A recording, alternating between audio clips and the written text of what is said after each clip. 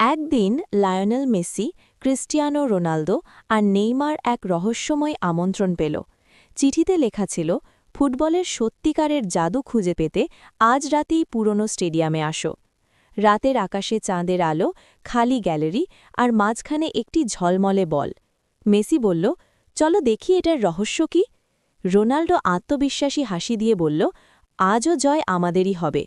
Neymar বলটাকে ছুঁতেই হঠাৎ stadium আলোয় ভরে গেল। হঠাৎ দেখা গেল তিনজনকে ছোট ছোট বাচ্চারা ঘিরে আছে। তারা বলল, আমরা খেলতে চাই, কিন্তু সাহস পাই না। তখন মেসি তার ড্রিবল দেখিয়ে বলল, ছোট শুরু করো, বড় স্বপ্ন দেখো। রোনালদো বলল, পরিশ্রমই আসল শক্তি। নেইমার মজার কৌশলে সবাইকে হাসিয়ে দিল।